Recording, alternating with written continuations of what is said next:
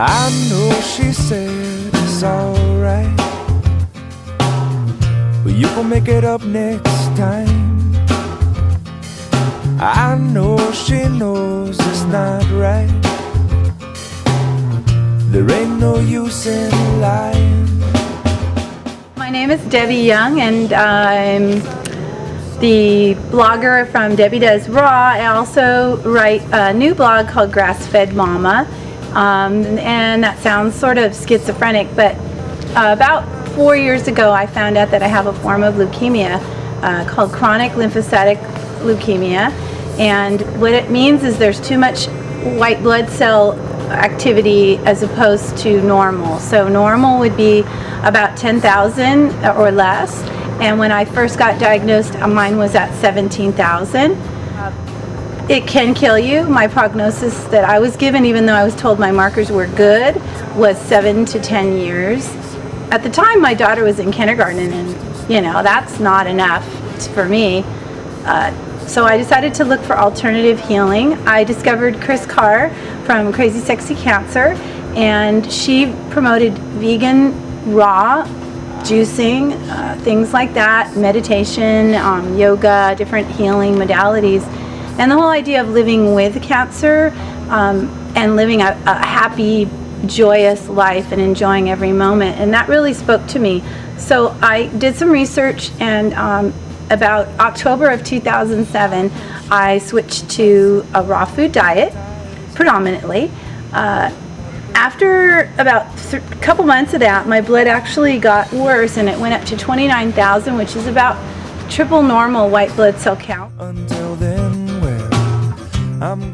you know, really the whole idea is realizing that the people that have been in charge for the past few centuries, they've had all the time and all the money in the world to make this planet paradise, and obviously that's not their goal. We have different goals than that. But I knew that the raw food was working for me. I'd seen different things happen with my body and healing happening, and I felt better and just cleared out and cleaner.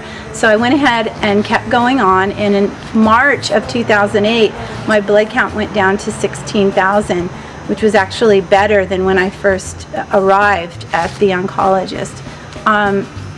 By keeping on raw foods, I was able to keep my blood very stable. I was able to reduce my doctor's visits from every 2 months to only twice a year, which is fantastic. And you might just let it go. So, you know, our goal is to create heaven on earth, and that's clearly not what they're doing. So we need to shift our focus, stop paying attention to them, and create reality within ourselves, within our own tribe, our own communities. Just stepping away from that whole political game, because it's just like wrestling. It's a big distraction. It's all really, they're working for the same person. It's, you know, it's so easy to get caught up in it because it looks like there's really a battle between 2 parties or 3 parties, but it's up to us, really. It's just about that whole thing. That whole scene is about taking our power away and turning us into passive observers of democracy or whatever you want to call it. You know, we're not participating in it anymore. Instead of us participating in something like this and creating a food forest and living with our kids and our grandkids in paradise, you know, that's what it's about. I felt pretty good. Then I kind of got, in retrospect, greedy. I wanted to really just knock it out. I wanted to cure myself, and I took on a regimen of 100% raw foods, very restricted. I used a ton of digestive enzymes, and I also did a lot of colonics and enemas. And after 6 months of doing that very, very faithfully, went back to the oncologist and actually found out that my blood work got worse, and my blood count went up back to close to 20,000. And I really felt bad. I had trouble digesting, I didn't feel vibrant. I felt I was underweight. I felt like I couldn't build muscle, fatigue, a lot of problems with digestion. Even a green juice would give me terrible pain and bloating and just make it so I didn't want to eat. So through searching, I started hearing a lot about raw kefir and raw milk and colostrum and different healing ideas that were outside the realm of a raw vegan diet. talking to high school kids. We're doing the garden demos at Whole Foods and showing little kids how to put seedlings into their garden. And I feel so complete and content when we're participating in that work. You know, I know that it's meant to be, and I know that I've come into this and the whole path through the modeling world, and then getting through that into the green living, conscious living kind of world, and into, you know, the raw lifestyle and all that, and then into all this, you know, planting the food forests and spreading the idea of permaculture and edible reforestation. That's really, really where my heart is. So I tried a little bit. I started adding raw colostrum and different, you know, raw grass-fed things like bison, eggs, and whatnot.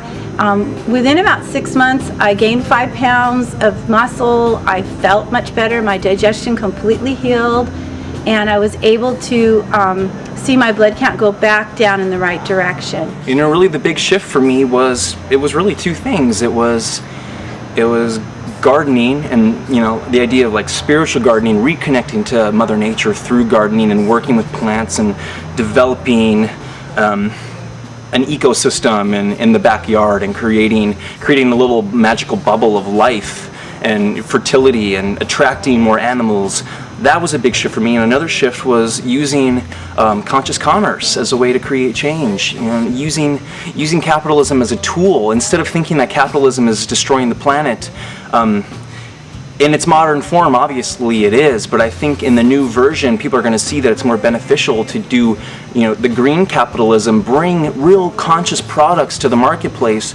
And the shift is happening where the consumer sees that and they want to support those people. And, you know, people come up to us when we're doing demos and they thank us. They thank us like from the bottom of their heart, like we're doing, you know, God's work, Mother Nature's work, and they're so happy to, you know, talk and everything with us and see what's going on. And it's such an eye-opener, just using that capitalism as a tool and not trying to put all my energy into fighting it like before. So it's been about 1.5 years now that I've been eating more of a varied diet. I will say I do believe that for cleaning up the body, raw vegan is a great short-term diet, but to overdo it can actually cause more harm than good. Right now I feel I'm still in that balancing out phase, figuring out what's the best way for me to live and to eat. But I do feel much healthier now. For me, every day I live, every minute that I'm with friends, family, people I love, and all the support of the community has made my life richer and better than it ever I could even imagine. And there's my favorite quote that I tend to live by is from A Course in Miracles, and Deepak Chopra quotes it on my favorite meditation CD called The Soul of Healing. And the quote goes, "Every decision you make is a choice between a grievance and a miracle. I relinquish all regrets, resentments, and grievances and choose a miracle." And I feel like that's my mantra. That's where I try and keep my mind at, not worrying about the past or worrying about the future, but living in the moment and embracing that miracle that is life, that is the joy of quality foods, wonderful friends and community, and my family. And my goal in life is to become a grandmother and to see my daughters grow up and have their own families, and to live to be 100 and to have them trying to keep up with me.